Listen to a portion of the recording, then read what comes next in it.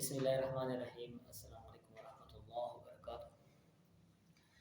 رب اشرح لي صدري ويسر لي امري واحلل عقدة من لساني يفقهوا قولي. وعدوں سے تکمیل کا سفر بہت زور و شور سے جاری ہے. فیس بک باندې پر بګاره سے ګورم نو صرف دا یو پوسټ را مخې راځي وعدوں سے تکمیل تک کا سفر. نو الله دې کامیاب کړي. الله دې ولر تندو کړي دا چونی ترقی ورکړي په دې خبره باندې د جناب سپیکر قیصر صاحب او ایم پی اے رنگیز صاحب ډېر زیاته شکریہ مننه چې ملک آباد گدون له سکنډری سکول ورکولو وعده وکړه چې د هغې دپاره 3 کروڑ او 30 لاک روپۍ منظور کړي دي. نو ډېره مننه.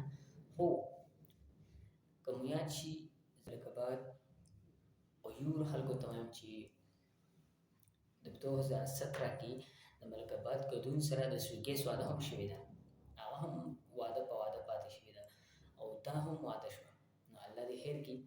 2023 ایلکشن هم را روان دی. زه د ملک آباد غرونو خلکو ته وایم چې چا په دوکه کې را نشي، چا په خبرو کې را نشي. زه زر چا په دوکه کې نه راځم او نه چا په خبرو کې راځم او انشاءالله نه به د ملک آباد خلک د چا په خبرو کې راولم او نه به چا په دوکو کې راولم. موږ په حال هغې دا ومنو چې کله دا 2 وعدې دا پوره شي.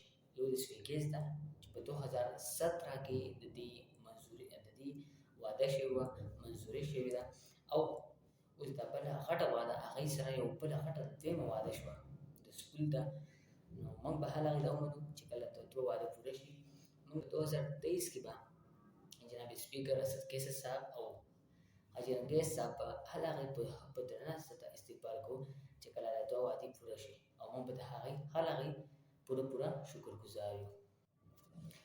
موږ پی ټي آی پارټي په 2013 کې هم پول سپورټ کړی وه او په 2017 کې مو بیا سپورټ کړه خو څو نتیجه یې مکمل رانغله. پارټي خلک صرف د دنیا د کارونو لپاره سپورټ کوي، د دې دپاره سپورټ کوي چې زموږ کارونه وشي، دا واړه ټاکه پاکه کارونه دا وشي. ځکه خلک پارټي سپورټ کوي. د دې دپاره خو نه سپورټ کوي دا موږ جنت ته بوځي، خو د دې کارونو دپاره سپورټ کوي چې کارونه نه کېږي نو موږ ته هم څه درنه نه پرته چې موږ یو پارټي سپورټ کړو. زه فلحال د پاټه بازۍ نه آزاد یم، خود مختار یم